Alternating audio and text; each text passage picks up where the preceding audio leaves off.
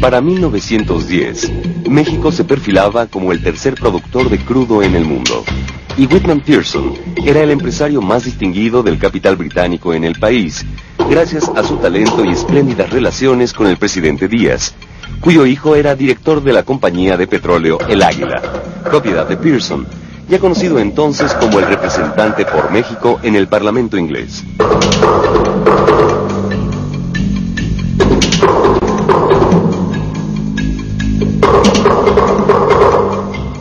Bueno, Porfirio Díaz sabía perfectamente bien que México no tenía los recursos para desarrollarse. México, desde la época de la independencia, digamos, por no irnos más para atrás, ha sido un país que ha estado permanentemente en bancarrota. Porfirio Díaz dijo entonces, voy a estimular, digamos, al ahorro externo, digamos, al ahorro de los norteamericanos para que fluyan los capitales a México. Fluían de tal manera que Porfirio Díaz se preocupó porque era una invasión de capitales norteamericanos, de dólares. Entonces, como él no podía oponerse, digamos, al poder de estos capitales, porque no perdamos nunca de vista que en 1910, 11 y hasta 1950, detrás de cada dólar podían venir las bayonetas de los Marines. Así era siempre, así fue siempre, y así ahora seguirá siendo, ¿verdad? Porfirio Díaz lo sabía. Como no tenía un poder militar para oponerse, digamos, a esos dólares ni esas bayonetas, ¿qué dijo él? Bueno, pues me voy a apoyar en los capitales ingleses.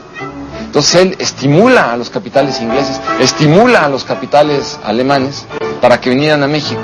Y entonces se crea una rivalidad y una competencia entre ellos. En 1910, la Ciudad de México tenía 500,000 de habitantes y sus calles se adornaban para celebrar el centenario de la independencia. Porfirio Díaz se había reelegido para un 10º mandato, incapaz de sospechar que en breve estallaría una revolución.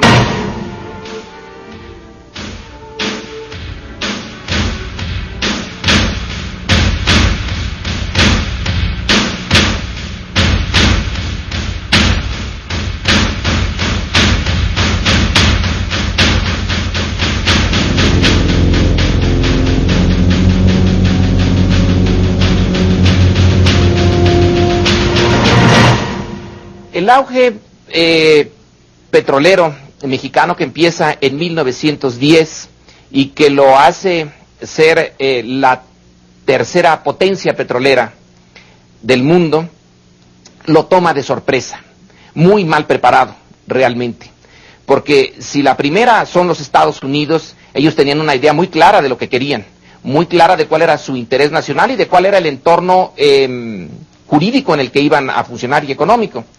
La otra potencia era la Rusia imperial, la Rusia zarista.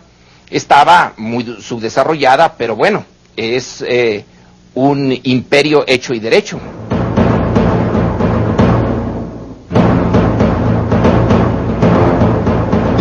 Este pozo petrolero que aparece en México surge justo cuando se derrumba un régimen.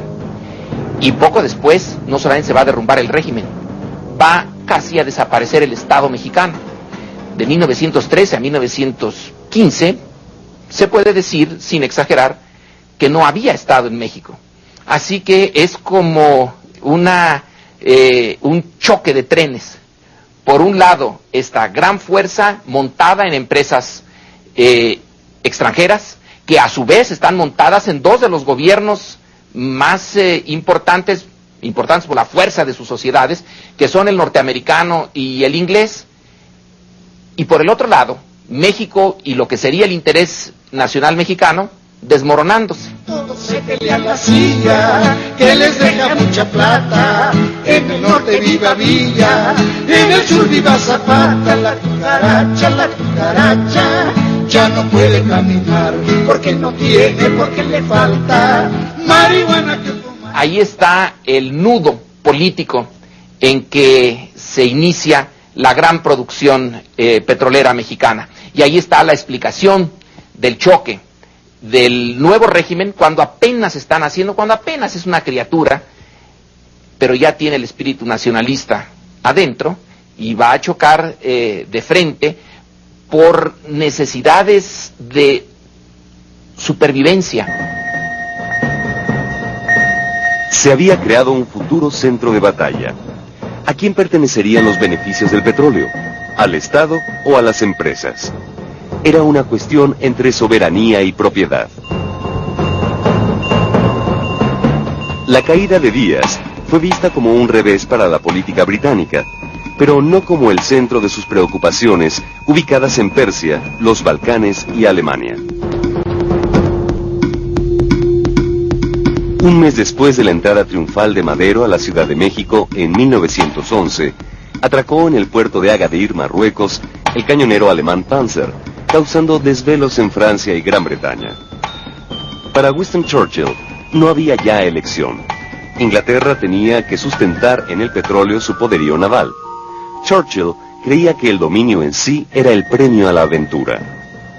Pero a diferencia de Washington, pasaría un tiempo para que Londres comprendiera la dimensión de lo que ocurría en México.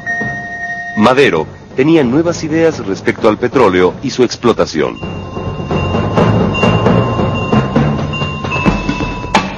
Don Francisco entró a la revolución no a ver qué se llevaba, sino a ver qué daba.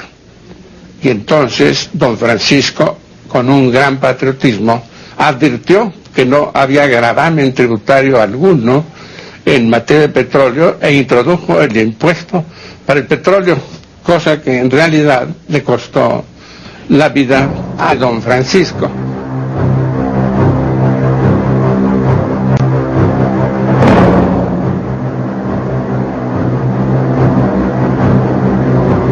Henry Lane Wilson era un especulador en terrenos que se había declarado en quiebra en el estado de Washington, 3 lustros antes de acreditarse como embajador en México del presidente Taft en 1910.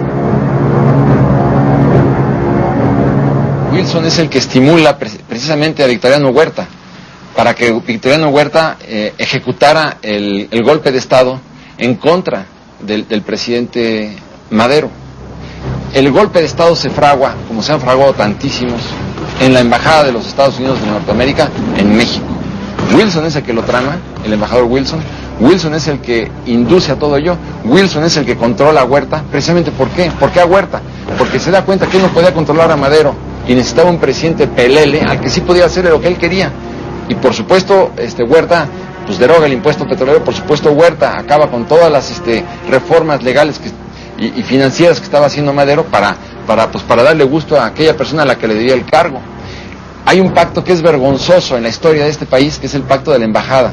En el pacto de la embajada, después de que pactan precisamente Félix Díaz, Victoriano Huerta y Wilson, en la biblioteca de la embajada, ellos 3 están discutiendo quién va a ser el presidente. Félix Díaz quería ser el presidente, era el sobrino de Porfirio Díaz. Y entonces, finalmente, Wilson le dice a Félix Díaz, primero va a comenzar Victoriano y luego seguirás tú, Félix. Pero en este momento, el presidente de la República va a ser Victoriano Huerta, dice Wilson. Y acepta finalmente Félix Díaz que así sea. Cuando se ponen de acuerdo, corren una cortina en la Embajada de los Estados Unidos, porque del otro lado de la cortina estaba todo el cuerpo diplomático acreditado en México, y el embajador Wilson le dice al cuerpo diplomático, tengo mucho gusto en presentarles a ustedes al nuevo presidente de México. Y entonces estaban a un lado Félix Díaz y al otro lado Huerta, y Huerta estaba completamente borracho. Trastabillea, se cae un poco, se adelanta y dice a sus órdenes, y hace una pequeña genuflexión para decir yo soy el nuevo presidente de México.